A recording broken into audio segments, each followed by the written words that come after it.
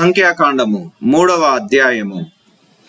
యెహోవా సీనాయి కొండ మీద మోషేతో మాటలాడిన నాటికి అహరోను మోషేల వంశావళులు ఇవే. అహరోను కుమారుల పేరులు ఏవనగా, తోలుత పుట్టిన నాదాబు, అబీహు, ఎలియాజారు, ఈతామారు అనునవే. అవి అభిషేకము నొంది యాజకులైన అహరోను కుమారుల పేరులు. వారు యాజకులగునట్లు అతడు వారిని ప్రతిష్ఠించెను.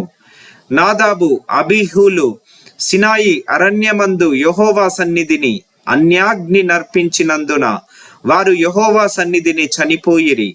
వారికి కుమారులు కలుగలేదు గనుక ఎలియాజారు, ఈతామారును తమ తండ్రి అయిన అహరోనును ఎదుట యాజక సేవ చేసిరి.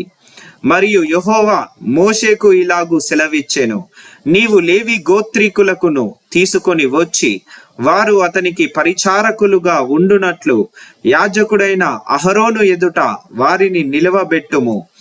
వారు ప్రత్యక్షపు గుడారమునెదుట మందిరపు సేవ చేయవలెను. తాము కాపాడవలసిన దానిని, సర్వ సమాజము కాపాడవలసిన దానిని వారు కాపాడవలెను. మందిరపు సేవ చేయుటకు ప్రత్యక్షపు గుడారము యొక్క ఉపకరణములన్నింటినీ ఇజ్రాయేలీయులు కాపాడవలసినదంతటిని వారే కాపాడవలెను. కాగా నీవు లేవీయులను అహరోనుకును అతని కుమారులకును అప్పగింపవలెను. వారు ఇజ్రాయేలీయులలో నుండి అతని వశము చేయబడిన వారు. నీవు అహరోనును అతని కుమారులను నియమింపవలెను. వారు తమ యాజక ధర్మముననుసరించి నడుచుకొందురు. అన్యుడు సమీపించిన ఎడల వాడు మరణ శిక్ష నొందును. మరియు యెహోవా మోషేకు ఇలాగు సెలవిచ్చెను, ఇదిగో నేను ఇజ్రాయేలీలలో తొలిచూలు అయిన ప్రతి మగపిల్లను మారుగా ఇజ్రాయేలీలలో నుండి లేవీయులను నా వశము చేసుకొని ఉన్నాను. ప్రతి తొలిచూలియు నాది గనుక లేవీయులు నా వారై యుందురు. ఐగుప్త దేశములో నేను ప్రతి తొలిచూలును సంహరించిన నాడు మనుష్యుల తొలిచూలులనేమి పశువుల తొలిచూలులనేమి ఇజ్రాయేలీలలో అన్నింటినీ నా కొరకు ప్రతిష్ఠించుకొంటును. వారు నా వారై యుందురు. నేను యెహోవాను. మరియు సీనాయి అరణ్యమందు యెహోవా మోషేకు ఇలాగు సెలవిచ్చెను, లేవీయుల పితరుల కుటుంబములను వారి వారి 1 నెల మొదలుకొని పైప్రాయము గల మగవారినందరినీ లెక్కింపవలెను. కాబట్టి మోషే యెహోవా తనకు ఆజ్ఞాపించినట్లు ఆయన మాట చొప్పున వారిని లెక్కించెను. లేవి కుమారుల పేర్లు గెర్షోను, కహాతు, మొరారి అనునవి. గెర్షోను కుమారుల వంశకర్తల పేర్లు లిబ్ని, షిమి అనునవి. కహాతు కుమారుల వంశకర్తల పేర్లు అమ్రాము, ఇస్సహారు, హెబ్రోను, ఉజ్జీయేలు అనునవి. మొరారి కుమారుల వంశకర్తల పేర్లు మహాలి, మూషి. వారి వారి పితరుల కుటుంబముల చొప్పున ఇవి లేవీయుల వంశములు. లిబ్నీయులు, షిమీయులు గెర్షోను వంశస్థులు. గెర్షోనీయుల వంశపు వారు వీరే.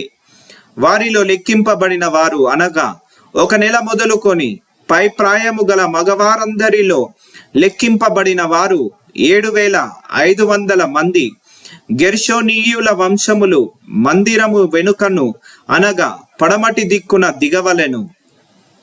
గెర్షోనీయుల పితరుల కుటుంబములో లాయేలు కుమారుడైన ఎలియాసాపు ప్రధానుడు.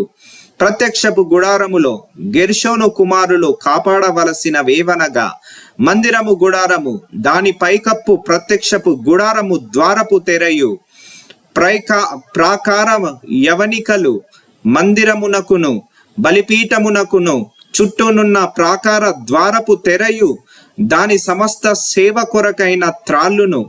కహాతు వంశమేదనగా అమ్రామీయుల వంశము, ఇస్సారీయుల వంశము, హెబ్రోనీయుల వంశము, ఉజ్జీయేలీయుల వంశము. ఇవి కహాతీయుల వంశములు.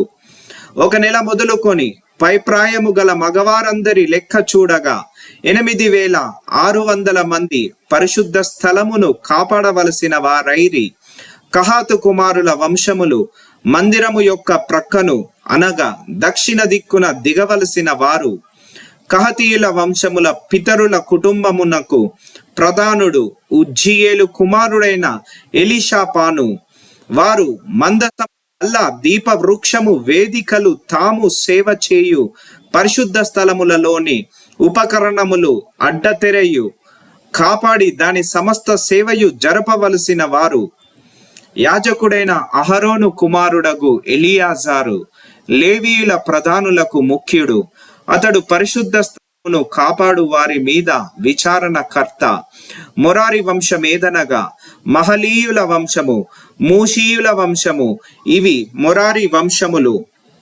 వారిలో లెక్కింపబడిన వారెందరనగా 1 నెల మొదలుకొని పైప్రాయము గల మగవారందరూ 6,200 మంది.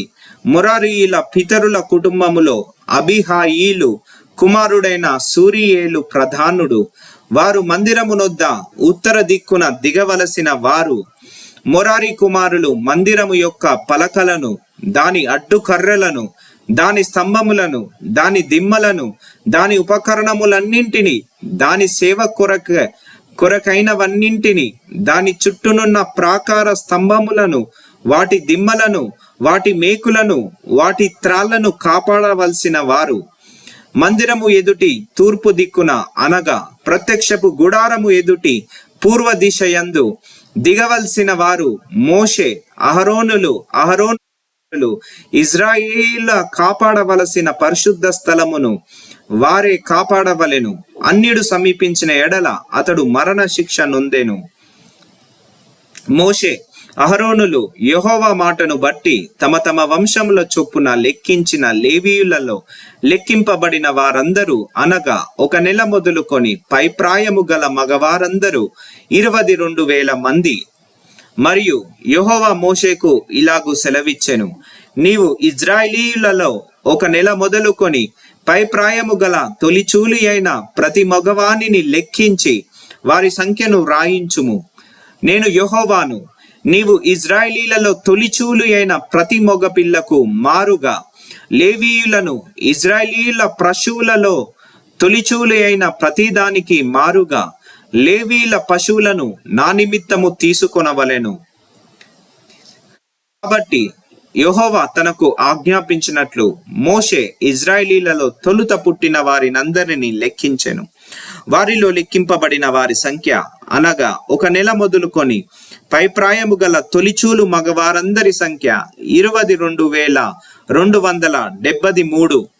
మరియు యెహోవా మోషేకు ఇలాగు సెలవిచ్చెను, నీవు ఇజ్రాయేలీయులలో తొలిచూలు అయిన ప్రతివానికి మారుగా లేవీయులను, వారి పశువులకు ప్రతిగా లేవీయుల పశువులను తీసుకొనుము.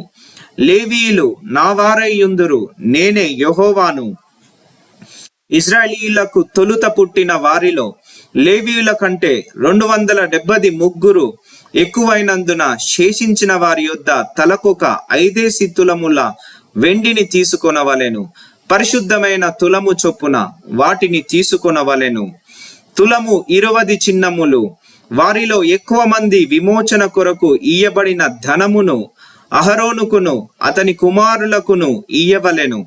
కాబట్టి మోషే లేవీయుల వలన విడిపింపబడిన వారి కంటే ఆ ఎక్కువైన వారి యొక్క విమోచన ధనమును తీసుకొనెను. పరిశుద్ధమైన తులము చొప్పున 1,365 తులముల ధనమును ఇజ్రాయేలీయుల జ్యేష్ఠ కుమారుల యొద్ద తీసుకొనెను. యెహోవా మోషేకు ఆజ్ఞాపించినట్లు యెహోవా నోటి మాట చొప్పున అహరోనుకును అతని కుమారులకును విడిపింపబడిన వారి విమోచన ధనమును మోషే ఇచ్చెను.